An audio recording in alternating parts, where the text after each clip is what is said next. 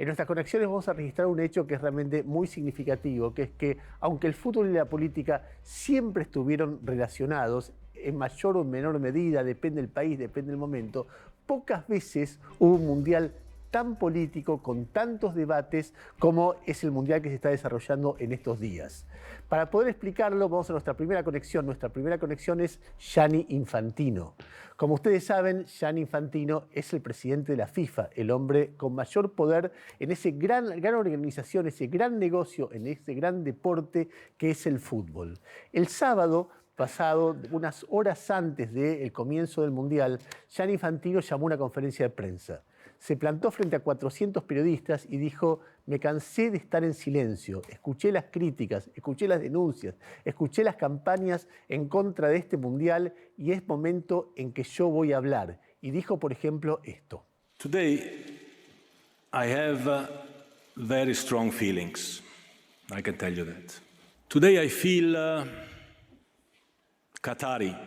Today I feel Arab. Today I feel African. Today I feel gay. Today I feel disabled. Today I feel a migrant worker. A ver, durante todos los meses previos al Mundial se criticó la realización del Mundial por varias razones. Hubo argumentación en contra de la realización del Mundial de Qatar con alegatos, con argumentos basados en la supuesta corrupción que se produjo previo a la selección de Qatar. Hubo a la selección de Qatar como lugar, como sede. Hubo críticas por la falta de derechos que tiene la comunidad LGBTQ en Qatar, también críticas por el tratamiento a la mujer, también muchas críticas por el tratamiento a los trabajadores migrantes que fueron a Qatar para construir los estadios. El eje de la respuesta de Infantino es que hay una doble moral, que Europa, que ha violado muchos los derechos humanos, no tiene derecho a exigirle lo mismo, que otros hagan lo que ella no hace, y lo fundamentó de esta manera. I think for what we Europeans have been doing in the last 3,000 years around the world, we should be apologizing for the next 3,000 years before starting to give moral lessons. El presidente de la FIFA hizo una larga argumentación planteando, por ejemplo, que hay organismos de derechos humanos que critican la realización del Mundial en Qatar, pero que también han dicho que los trabajadores migrantes que intentan entrar a Europa desde África mueren por millares en el Mediterráneo. Y dijo también esto.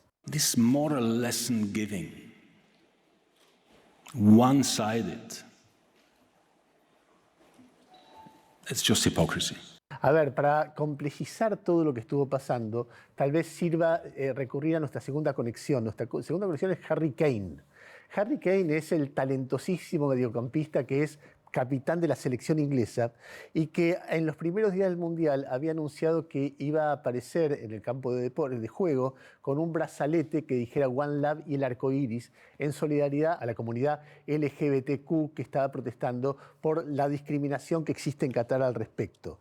A Kane se le sumaron rápidamente los capitanes de las selecciones de Países Bajos, Alemania, Bélgica, Gales, Dinamarca, Suiza y Francia.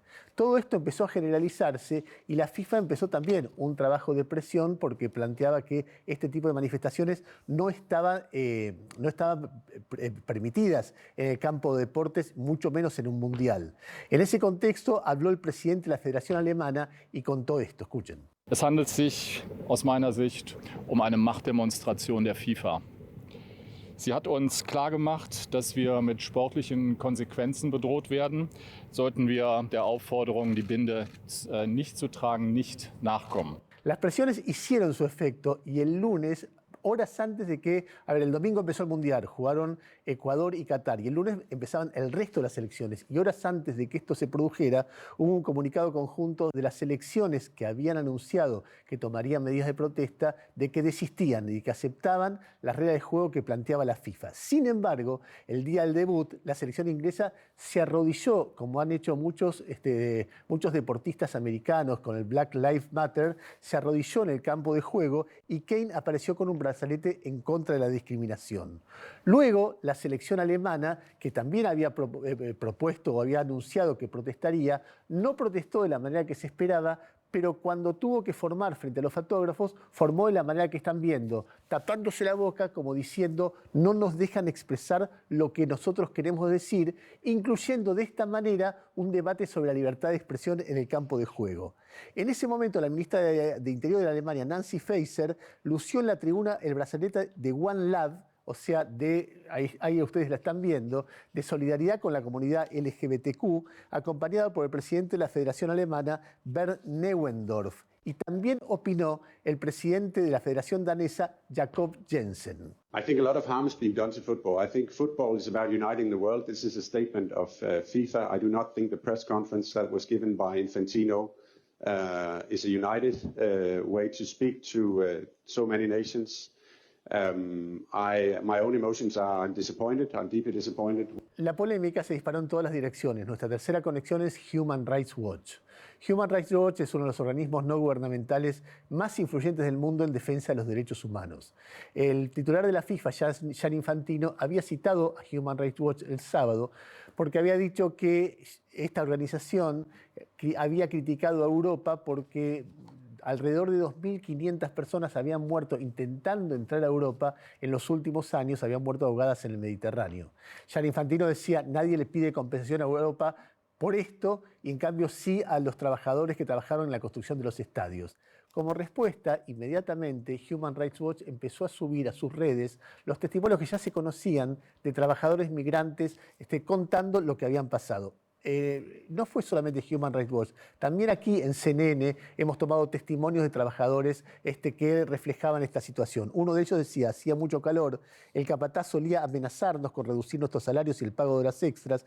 Nunca me pasó, pero vi a algunos trabajadores desmayarse en el trabajo. Vi a un bengalí, a un nepalí, llevaron al bengalí a los servicios médicos. No estoy seguro de qué pasó con él.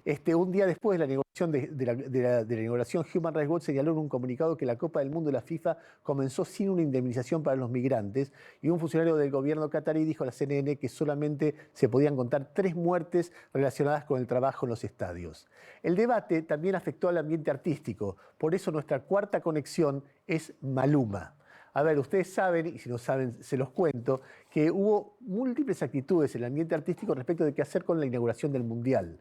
Una de esas actitudes fue la que tomó Rod Stewart, que le ofrecieron participar en la inauguración y decidió no hacerlo. Me ofrecieron mucho dinero, más de $1 millón, dijo Rod Stewart, para tocar allí hace 15 meses. Lo rechacé, no está bien ir. Bueno, todo esto generó un debate sobre qué hacían los artistas que sí fueron. Y entonces se produjo este incómodo diálogo entre un periodista y Maluma. Yeah, but it's something that I can't resolve. I just came here to enjoy life, enjoy soccer. The party of soccer is not actually something that I have to be involved with. I'm here enjoying my music and beautiful life playing soccer too. But can you understand just people who gonna say that by the very presence of you here, you are like helping whitewashing I understand. Do I have to answer that question? Okay. No, but I'm just asking that people are gonna ask. You don't do that. What the problem? I mean, I'm rude? Why I'm rude, Maluma? La tensión se manifestaba en muchas circunstancias. Por ejemplo, un activista gay intentó protestar en Doha y la policía lo impidió. Este es su testimonio. I staged my protest on the main road outside the National Museum of Qatar for 35 minutes before state security arrived, followed up by police. I was arrested and detained. I sought to draw attention to the abuse of the rights of women and migrant workers as well. I stand in solidarity with those brave Qatari human rights defenders. A ver, para complejizar un poco todo este debate, hay que decir que se trata de alguna manera del encuentro entre dos mundos. Por un lado, hay sectores muy importantes del mundo occidental que le reclaman a Qatar que aplique normas y criterios que son los criterios de avanzada en el mundo occidental, pero también hay sectores del mundo árabe y de la sociedad qatarí que ven también como una amenaza, incluso como un sacrilegio, que hinchas del mundo occidental, con su cultura, con sus formas, con sus criterios o o principios o formas de conducirse en términos sexuales o en términos de beber alcohol en las calles o en términos de cómo vestirse, también llegan a un país tan religioso. Y esas tensiones se manifiestan en este encuentro que se da en el Mundial por fuera del fútbol. La quinta conexión es Ehsan Haqsafi. Haqsafi es el capitán de la selección iraní, que también protagonizó una historia realmente muy conmovedora. Como se sabe, el régimen musulmán está agitado desde hace varios meses por manifestaciones que estallaron tras la muerte de Mahsa Amini, una joven que había sido detenida por la policía de la moral por no llevar correctamente su hijab, o sea, su velo, la cobertura de su cabello. Las protestas comenzaron con un reclamo por los derechos de las mujeres y derivaron en un movimiento más amplio contra el gobierno que lleva semanas y semanas y semanas. Ustedes están viendo imágenes en este momento. Cuando apareció el primer partido de la selección iraní que competía contra Inglaterra, por un lado las cámaras estaban del lado de la selección inglesa, que había prometido protestar contra la discriminación a la comunidad LGBT. Pero sorpresivamente la selección iraní, ustedes lo están viendo, en el momento de cantar el himno se mantuvo en silencio.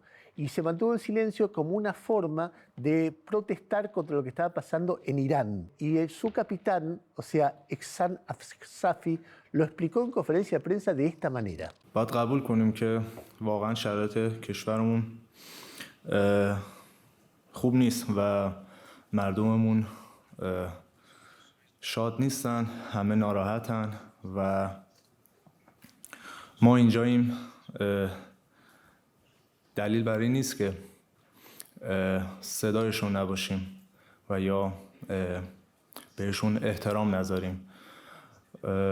ما هر چی داریم از مردممون هست و ما اینجا هستیم که سخت تلاش کنیم، بجنگیم، بهترین عملکردمون رو توی زمین بذاریم و گل بزنیم و گلمون رو تقدیم به مردم داغدار ایران کنیم و امیدوارم که شرایط اونطور که مردممون میخوان رقم بخوره و همه شاد بشن. La historia de la selección iraní es una de las grandes historias de este mundial. En el momento que hizo la señal de protesta fue el primer partido que perdió 6-2 contra Inglaterra. El segundo partido fue el viernes y sorpresivamente le ganó a Gales jugando mucho mejor. Pero en el momento de cantar el himno, el segundo partido sí lo cantaron, mientras hinchas iraníes lloraban, algunos de ellos en las tribunas, viendo cómo de alguna manera la presión del régimen iraní había surtido efecto.